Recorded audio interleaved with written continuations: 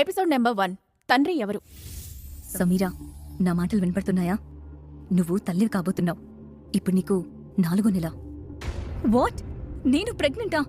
ఏం మాట్లాడుతున్నారు డాక్టర్ మీరు? నా పెళ్ళై 24 గంటలు కూడా కాలేదు. ఇప్పటి వరకు నన్ను ఒక్క అబ్బాయి కూడా టచ్ చేయలేదు. మరి నేను ప్రెగ్నెంట్ ఎలా అవుతాను? ప్లీజ్ రిపోర్ట్ సరిగ్గా చెక్ చేయండి. నేను రిపోర్ట్ సరిగ్గానే చెక్ చేశాను సమీరా. ఎలా ప్రెగ్నెంట్ అయ్యావో నీకు తెలియాలి కానీ నన్ను అడిగితే ఎలా? పైగా నువ్వు 4th మంత్లో ఉన్నావు కాబట్టి నీ తప్పుని బయట ప్రపంచానికి తెలియకుండా చేయడానికి అబార్షన్ చేసే వీలు కూడా లేదు. అబార్షన్ ఏంటి? అసలు నేను ప్రెగ్నెంట్ని కాదంటుంటే వినరే. నాన్న ఏంటి మౌనంగా ఉన్నారు? డాక్టర్కి ఏదో ఒకటి చెప్పండి. సమీరా ప్రెగ్నెంట్ అని డాక్టర్ చెప్పగానే షాక్లోకి వెళ్లిన గోపాల్ డాక్టర్ ముందే సమీరాని లాగిపెట్టి కొట్టాడు.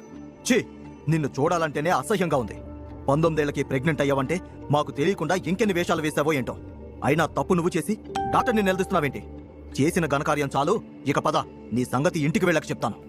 సమీరా ఏదో చెప్తున్నా గోపాల్ వినకుండా ఆమెను బలవంతంగా హాస్పిటల్ బయటికి ఈడ్చుకు వెళ్లాడు.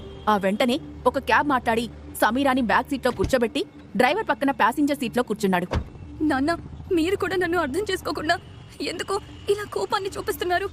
పెళ్లి కాకుండానే ప్రెగ్నెంట్ అయి మిమ్మల్ని బాధ పెడుతున్నా అని నాకు తెలుసు. కానీ నేను ఏ తప్పు చేయలేదు నాన్న. అమ్మ చనిపోయినప్పుడు కూడా మీరిలా బాధ. ఇంకొక మాట మాట్లాడావంటే నాలుగు చీరేస్తాను. ఆల్రెడీ నువ్వు చేసిన పనికి